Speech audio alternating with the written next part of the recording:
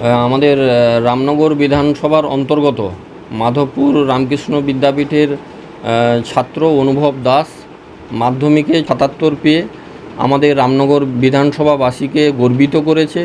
কৃতী ছাত্র, তার আমি উজ্জ্বল ভবিষ্যৎ কামনা করি এবং আগামী দিনে আমি চাইব 2026-এ এই অনুভব দাসকে দেখে রামনগর বিধানসভা থেকে আরও বেশি সংখ্যক ছাত্রছাত্রী তারা যাতে রাজ্যে প্লেস করে, সেটাই আমার আহ্বান থাকবে।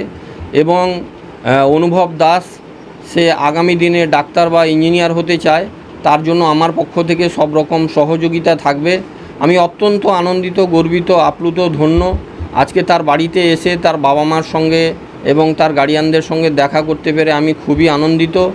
আগামী দিনেও তার বাবা মার যেরকম সহযোগিতা থাকবে, রামনগর বিধানসভাবাসীর আশীর্বাদ থাকবে এবং প্রত্যেকটি মানুষের আশীর্বাদকে পাথেয় করে সে আগামী দিনে আরও উচ্চ শিক্ষায় শিক্ষিত হবে, উচ্চ শিখরে পৌঁছাবে, সেটাই আমি কামনা করছি।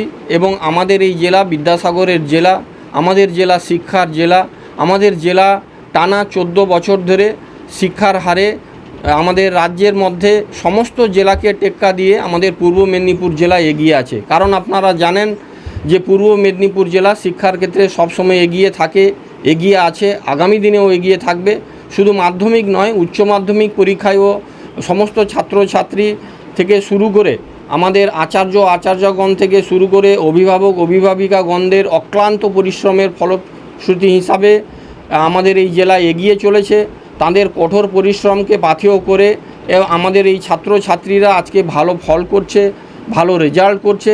তাই আমি সমস্ত ছাত্রছাত্রীদের আমি শুভকামনা জানাচ্ছি এবং তাদের অভিনন্দন জানাচ্ছি। আগামী দিনে তারা যাতে আমাদের রামনগর বিধানসভার মুখ উজ্জ্বল করবে তা নয়, তারা জেলার মুখ উজ্জ্বল করার সাথে সাথে তারা রাজ্যের মুখও উজ্জ্বল করবে এবং আমাদের সবাইকে নিয়ে আমাদের ছাত্রছাত্রীদের পাশে থাকতে হবে। তারা যাতে আগামী দিনে আরও এগিয়ে যায়, এটাই আমি সবার কাছে আহ্বান জানাচ্ছি।